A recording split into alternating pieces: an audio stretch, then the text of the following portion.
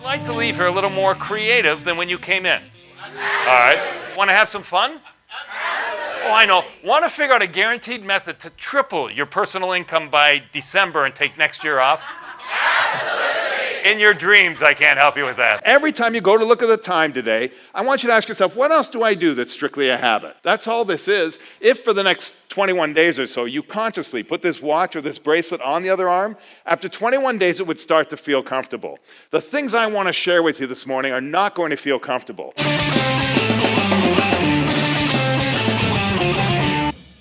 So let's start with a basic definition of creativity. Why do I think it's so important in coming up with this experience that I talk about? Most people say they're not one of the most creative people they know because we associate creativity with the fine arts, don't we? I'm not creative because I can't paint, I can't sketch, I'm just not creative. Let me ask you a question. Forget about who you know and who you're sitting beside. By a show of hands, how many of you truly believe you are one of the most creative people you know? 10. All right, we got some work to do. Let's start there. I truly believe everybody's creative. When were we most creative in our lives? All of us.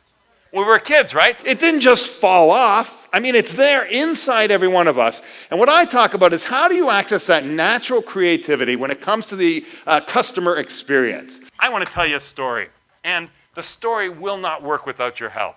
Through the middle of the land is a very fast-flowing, very deep river. On one side of the river, we find our first character. Very creatively, her name is Miss A. She walks down the riverbank, and eventually she comes across Mr. D, and Mr. D is sitting. Spoke to a group of chiropractors. They complained about his posture. Mr. D, can you help me? No. She said, why not? Said, I don't want to get involved. Go away. Poor Miss A. Eventually, she comes across Mr. E's on a... It's a horse, yes. You got horse from that? That's great.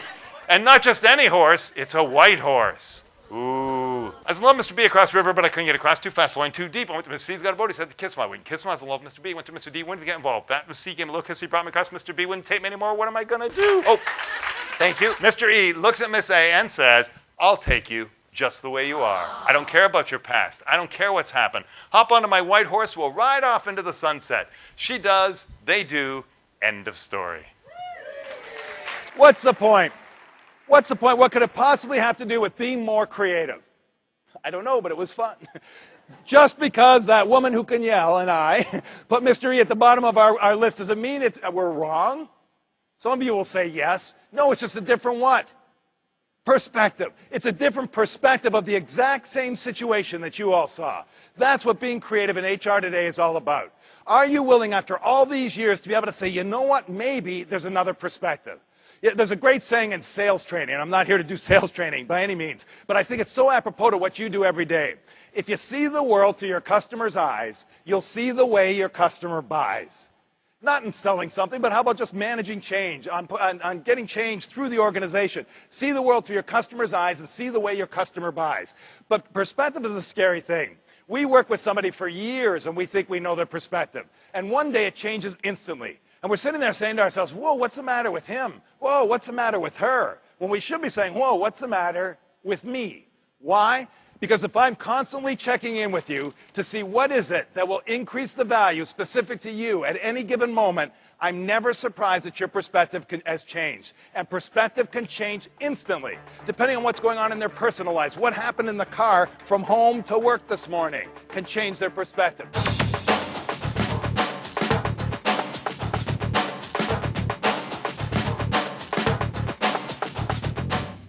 Would you take my beans, please, Rachel?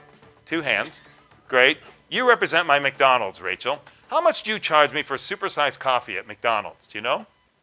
$1, I think. Give them back. Because then I did my homework. The beans I'm taking from Rachel, I'm going to take over to Starbucks. I did my homework. They're a better bean. But for the entire handful, they cost about $0.05 more. So wait, the beans cost $0.05 more, and you're going to charge me 4 times the amount. Give them back. Because then I worked with 4 Seasons Hotels and Resorts on the South Pacific island of Bali. Take my beans, please. Naomi, you represent my 4 Seasons Hotel. How much did you charge me for a cup of coffee in the 4 Seasons Hotel restaurant? $7.25 for a cup of coffee. And I paid it every single morning. 50 yards from the front gates of the 4 Seasons Hotel Jimbaran is a McDonald's. I could have walked 50 yards and paid $1. I paid $7.25. You're not in the customer service business. You are in the customer experience business. And there's a huge difference. You pay lip service to this, but I don't think you understand. It's not just the experience of the event. That's one part of the experience. What I'm talking about, customer service is what you do every day, and it's wonderful. It's from the heart. How do I help you? What can I do for you? Customer experience is stepping back and saying, what is the experience my customer has from the minute they make contact with our organization till the minute they're done. Once you make the leap to start thinking about customer experience, we end up with a loyal external customer and an engaged internal customer. I can't tell you how many people in Pittsburgh I've told to go to that restaurant. It truly was fantastic. And then I finished with one word, but your car will take 2 hours to arrive after dinner. See, it gets longer the more I tell the story, right? But here's the thing. I found the title of my new book. I don't even know what it's about, but I found the title. What comes after the but? Because the minute we start asking that, and everyone in our organization asks it, we've become 100% customer focused. So I'm encouraging you to go back and ask everybody at every level in your organization, what comes after the but?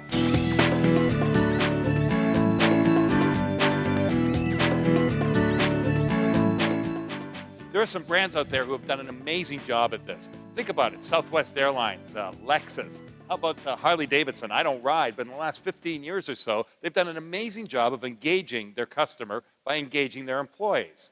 And those touch points are what I want you to go back and focus on in your organizations. See, what if we just considered every touch point in our organization? What is that? It's the opportunity to touch the customer.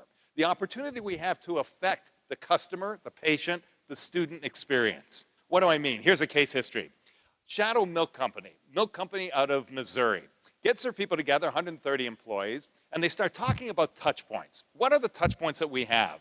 And then they prioritize them, and their number one touch point that they found were their drivers.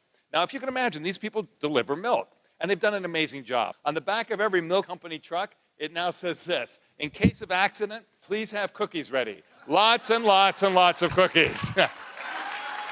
Imagine if we examined all the touch points in our organization and tweaked them just a little. See that line, coloring outside the lines is scary business? It's the first line of a poem. I'm going to share it with you right now and the story behind it very quickly. But the bottom line is we have to take a risk if we're going to think differently about our customer experience. Coloring outside the lines is scary business. Some days I don't have the courage for it at all. And it'd be nice to have a friend who colored outside the lines sometimes too.